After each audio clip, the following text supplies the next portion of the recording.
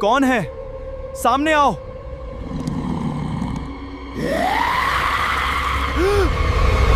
स्वागत है इस नए एक्सप्लेनर में, जहां आज हम उठाने वाले हैं 1.5 फुटिया के रहस्य से पर्दा। क्या ये सच में एक डरावनी कहानी थी या फिर कोई भयानक सच? चलिए सीधे शुरू करते हैं। नरसिंहपुर की उन खौफनाक घटनाओं की गहराई में चलते हैं, जो शुरू तो एक आम सी कहानी की तरह हुई थी, लेकिन इसने पूरे शहर को अंदर तक हिलाकर रख दिया। अक्सर क्या होता है, भूत प्रेत की कहानियां सिर्फ सुनने सुनाने तक सीमित रहती हैं, राइट? लेकिन नरसिंहपुर में जो हुआ, उसने मौत का एक ऐसा सिलसिला शुरू किया जिसने सबके होश उड़ा दिए। अब इस जगह पर जिंदगी और मौत के बीच ना बस एक छोटा सा नियम बचा था। ध्यान से सुनिएगा। रात में अगर पीछे से कोई बच्चा भैया कहकर बुलाए तो भूल कर भी मुड़कर मत देखना। खौफनाक है ना? देखिए, एक भोले भाले बच्चे की आवाज सुनकर पीछे मुड़ना हमारी एक आम इंसानी फितरत है, लेकिन इस कहानी में अगर इस शर्त को तोड़ा गया तो उसका अंजाम सीधा मौत था। इस एक अकेले नियम ने पूरे माहौल में इतना भयंकर और रहस्यमयी डर पैदा कर दिया था, क्योंकि जिसने भी उस आवाज पर पीछे मुड़कर देखा वो दोबारा कभी लौटा ही नहीं। तो ये पूरा घटनाक्रम शुरू कहां से होता है? नरसिंहपुर नाम की एक बिल्कुल आम, शांत दिखने वाली कॉलोनी से। अचानक से यहां मौतों की एक ऐसी झड़ी लग गई जिसका कोई भी स्पष्ट कारण किसी के पास नहीं था। एक के बाद एक लोग मरे जा रहे थे और पूरा इलाका डर के मारे जैसे सुन पड़ गया था। घबराहट इस कदर फैल चुकी थी कि लोग लिटरली अपने ही घरों में कैद होकर रह गए थे। हर किसी के दिमाग में तब बस एक ही सवाल घूम रहा था, आखिर उनके पड़ोसियों की अचानक मौत हो कैसे रही है और अगला शिकार कौन होगा? और इस भयंकर घबराहट और पैनिक के बीचों बीच एक नाम उभरकर सामने आया, 1.5 फुटिया। वहां के स्थानीय किस्से और कहानियों के मुताबिक ये एक श्रापित साया यानी एक कर्स्ड जिन था, और इसका काम क्या था? बहुत ही खौफनाक, इंसानों की परछाई को निगल जाना। आमतौर पर देखा जाए तो परछाई हमारे अस्तित्व का एक आम हिस्सा होती है, लेकिन नरसिंहपुर में लोगों का डर ये था कि अगर एक बार 1.5 फुटिया ने किसी की परछाई छीन ली तो उस इंसान का जिंदा बचना नामुमकिन था। अब इन मौतों के पीछे ना एक सटीक और लाइलाज प्रोसेस चल रहा था। चलिए इसको स्टेप बाय स्टेप समझते हैं। पहला स्टेप, शांत रात में अचानक एक बच्चे की रहस्यमयी आवाज पुकारती है। दूसरा स्टेप, शिकार इस आवाज के झांसे में आकर पीछे मुड़ने की जानलेवा गलती कर बैठता है। तीसरा स्टेप, मुड़ते ही उसकी परछाई हमेशा के लिए गायब हो जाती है। और आखिरी चौथा स्टेप, एक बिना वजह होने वाली रहस्यमयी मौत। ये कोई सामान्य डर नहीं रह गया था, ये तो बिल्कुल मौत का एक फिक्स ब्लूप्रिंट बन चुका था।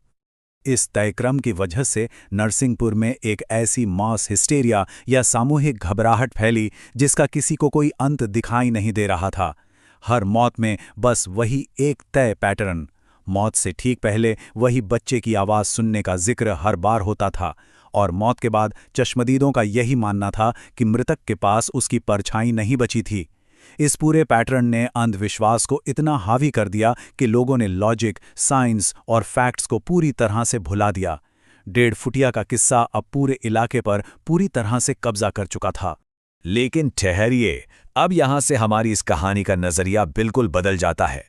एक तरफ है वो अंधा विश्वास, एक परछाई खाने वाले जिन की खौफनाक कहानी जिसने नरसिंहपुर को डरा कर रखा हुआ था। लेकिन दूसरी तरफ एक बहुत ही कठोर सच्चाई हमारा सामना करती है। एक ऐसी सच्चाई जो किसी सुपरनैचुरल श्राप से ज्यादा एक इंसानी दिमाग की शातिर साजिश की तरफ इशारा करती है। देखिए, भूत प्रेत डरावने जरूर होते हैं, लेकिन एक जानी मानी कैलकुलेटिंग इंसानी साजिश वो और भी ज्यादा खौफनाक होती है। चलिए देखते हैं कि यह कहानी आगे क्या मोड़ लेती है। नरसिंहपुर के इस घने अंधेरे माहौल में एंट्री होती है राघव की।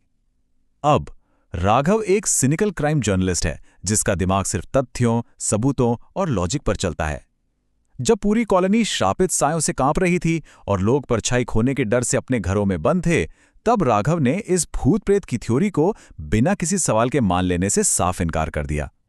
वो कहते हैं ना, एक ऐसा इंसान जो अंधविश्वास को अनदेखा कर सच्चाई की तलाश में निकलने का साहस रखता हो, बस यहीं से पूरी कहानी का रुख पलट जाता है। तो राघव ने क्या किया?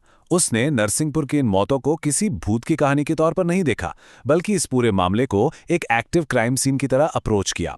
सबसे पहले उसने मृतकों के आसपास बुनी गई उन सुपरनैचुरल कहानियों पर कड़े सवाल उठाए। उसने मिथ्स को छोड़कर ठोस और जमीनी सबूतों की तलाश शुरू की। वो उस श्रापित साई की घबराहट के पीछे छुपी कड़ी को ढूंढने लगा ताकि एक लॉजिकल और वास्तविक सोर्स तक पहुंचा जा सके। और सच कहूं तो यही तरीका इस अंधविश्वास की धुंध को काटने में सबसे असरदार साबित हुआ।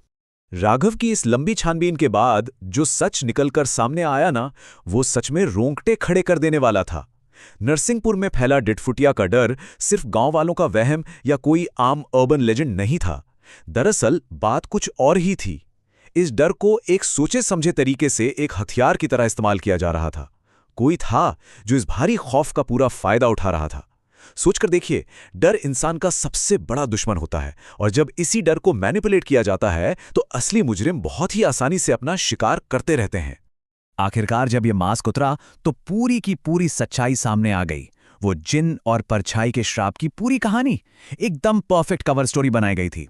सिंपल सी बात है, अगर मानने वाले यही सोचते रहेंगे कि कातिल कोई भूत है तो किसी असली इंसान को पकड़ा ही कैसे जाएगा।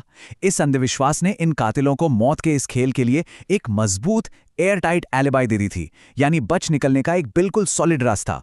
आखिर में एक बेहद खतरनाक इंसानों द्वारा रची गई साजिश दुनिया के सामने आई, जहां कोई श्राप नहीं बल्कि छुपे हुए ठग लोगों की जानें ले रहे थे।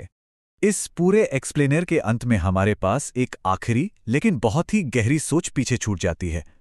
जब एक मामूली मिथ मौत का एक सटीक हथियार बन जाए तो नरसिंहपुर में आखिर असली राक्षस थे कौन? वो कहानियों वाला जिन, या वो इंसान जो उस जिन की परछाई में आराम से छुपकर बैठे थे और चुपचाप लोगों को शिकार बना रहे थे?